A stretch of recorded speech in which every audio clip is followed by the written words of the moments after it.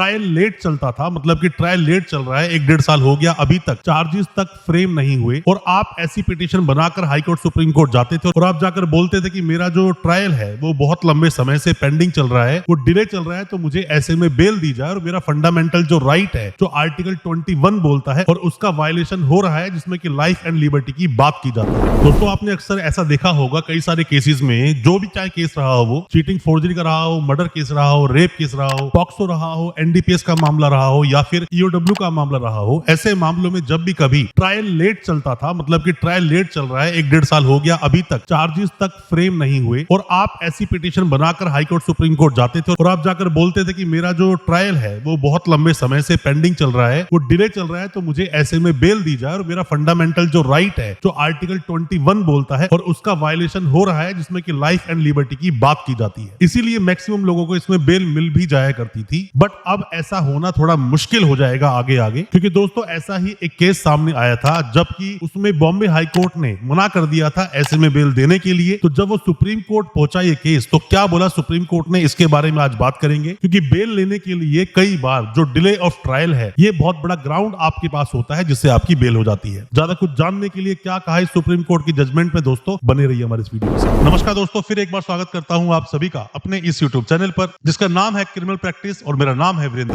दोस्तों, आप में से कोई भी नए वकील साहब है, कोई भी लॉ स्टूडेंट है, कोई भी अभी कानूनी जानकारी ले रहा है या फिर आप पर कोई केस हुआ है, वीडियो बहुत काम का है, वीडियो को पूरा देखें और किसी भी तरह की कोई भी आप ऑनलाइन कंसल्टेंसी लेना चाहते हैं, आप दिए गए नंबर पर व्हाट्सएप करें, आपसे हमारी बात होगी, हो सकता है हमारे सजेशन से आपने केस से बाहर निकल सके। दोस्तों, क्या था ये केस ये था कि किसी एक व्यक्ति का एक केस में, मर्डर केस में ट्रायल चल रहा था। ट्रायल चलने के बाद में उसको सजा हो गई, कन्विक्शन उसका हो गया, पर फिर भी वो 13 सालों से अभी भी वो जेल में था। अपील वो हाई कोर्ट में लगा चुका था। जब भी कभी आपकी सजा होती है तो आप अपील करते हो ना उसके अंदर कि अपील अगेंस्ट कन्विक्शन, जो कन्विक्शन हुआ उसको ना मानने के लिए आप एक अपील करते हो, या तो आप हाई कोर्ट जाते हो या फिर हाई कोर्ट डिसमिस हो गया तो आप सुप्रीम कोर्ट चले जाते हो। तो ऐसे में उसकी अपील अभी पेंडिंग थी, चल रही थी और वो इंसान अभी 13 सालों से जेल में था, जिसको सजा बुल गई थी। अब वो इसी ग्राउंड को लेकर पहले बॉम्बे हाई कोर्ट गया, अपील डाल दी, इसी ग्राउंड को लेकर उसने बेल मांगी, बेल उसको नहीं मिली तो वो सुप्रीम कोर्ट चला गया। सुप्रीम कोर्ट गया, उसने बोला कि मेरा केस लगभग पेंडिंग चल रहा है काफी लंबे टाइम से और 13 साल में ऑलरेडी जेल में काट चुका हूं, जहां मेरा आर्टिकल 21 का वायलेशन हो रहा है, जो कि लाइफ एंड लिबर्टी की बात करता है। तो ऐसे में सुप्रीम कोर्ट ने कहा कि आप जब आते हो हमारे पास लाइफ एंड लिबर्टी की बात करने, आर्टिकल 21 की बात करने, तो आपको ये भी तो देखना चाहिए केस कितना सीरियस था, केस के ग्राउंड्स क्या हैं। दोस्तों,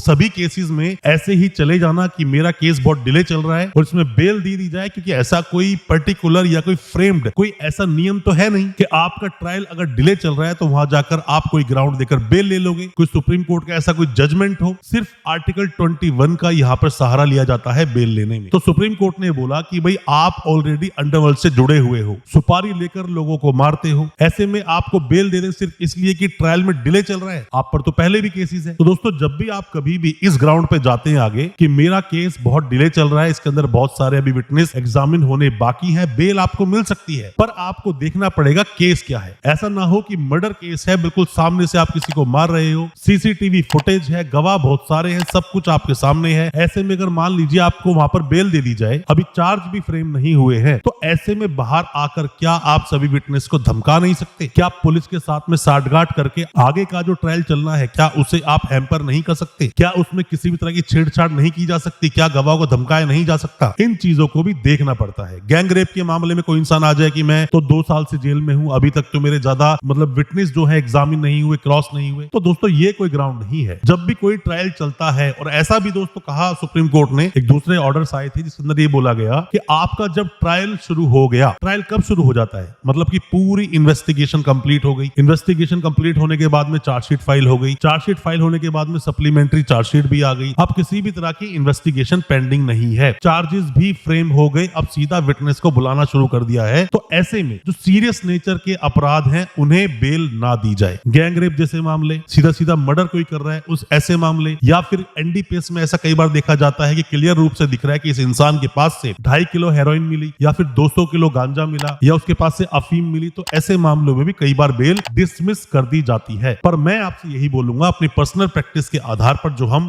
प्रैक्टिस करते हैं क्रिमिनल केसेस में, दिल्ली के कोर्ट्स में, हाई कोर्ट, सुप्रीम कोर्ट हम जाते हैं केस लड़ने के लिए, या फिर सभी स्टेट्स में हम जाते हैं हाई कोर्ट्स में जब केस को फाइट करते हैं, तो आप अगर इस ग्राउंड ग्राउंड का सहारा लेते हैं और आपका केस बहुत ज्यादा डिले चल रहा है, आपको ये ग्राउंड लेना जरूर चाहिए। हाई कोर्ट में जाके बात बोलनी चाहिए, सुप्रीम कोर्ट भी बोलनी चाहिए। कई बार ये ग्राउंड लेने के बाद में जब बहुत ज्यादा आपका ट्रायल डिले चल रहा है, क्योंकि हर केस के दोस्तों फैक्ट अलग है, सभी केसेस को एक दूसरे से लिंक करके कनेक्ट करके आप पढ़ोगे, बोलोगे ऐसा ऑर्डर उस केस में नहीं हुआ तो मेरे में भी नहीं होगा, ये सोच के कभी केस को नहीं लड़ना चाहिए। कोई भी अच्छा क्रिमिनल एडवोकेट ये कभी सोचकर बेल नहीं लगाता कि मेरी बेल डिसमिस हो जाएगी। वो हमेशा अपना पूरा देता है, मतलब कि पूरी तरह से जान लगा देता है, पूरा झोंक देता है अपने आप को उस बेल को लेने के लिए। हमने आज तक जितने भी केसेस लड़े हैं, हमारा पर्सनल एक्सपीरियंस ये बोलता है कि आपने जो अपनी पिटीशन रेडी की है, पिटीशन रेडी करने के बाद में सिर्फ आपको कानून का पता होना चाहिए। कहीं ऐसा ना हो कि गलत तरीके से आप बेल लगा रहे हो, पहले जिन ग्राउंड्स पे बेल लगाई फिर से उन्हीं ग्राउंड्स पे बेल लगा दो तो बेल आपकी डिसमिस हो जाएगी। बट ये जो डिले ऑफ ट्रायल है, मतलब ट्रायल बहुत डिले चल रहा है, ये ग्राउंड जरूर है। आर्टिकल 21 यहाँ वायलेट होता है, वायलेशन होता है इसका। आप इसका सहारा लें, लोगों की बेल कराने के लिए आप अप्रोच करें, हाई कोर्ट सुप्रीम कोर्ट जाएं, अपने क्लाइंट को बाहर निकालने में उसकी मदद करें। क्योंकि बहुत सीरियस मामला हो, सब कुछ आपके अगेंस्ट सामने आ रहा हो, तो भी आप जा तो सकते हैं, बेशक से वो बेल आपकी डिसमिस हो जाए, ये आपको ज्यादा नहीं सोचना चाहिए। अपने एफर्ट्स करने चाहिए अपने क्लाइंट को जेल से बाहर निकालने के लिए। दोस्तों कोई भी किसी भी तरह की ऑनलाइन कंसल्टेंसी चाहते हैं, दिए गए नंबर पर व्हाट्सएप करें, आपको उसका रिप्लाई जरूर मिलेगा। और अच्छा लगा हो आज का वीडियो, चैनल को सब्सक्राइब करना बिल्कुल ना भूले, साथ में लगा बेल आइकन जरूर दबा दें, ताकि इसी तरह की जो हम आपके लिए लीगल अवेयरनेस की वीडियोस लेकर आते हैं वो आप तक पहुंच सके सबसे पहले। बहुत बहुत शुक्रिया दोस्तों, धन्यवाद हमारी इस वीडियो के साथ बने रहने के लिए।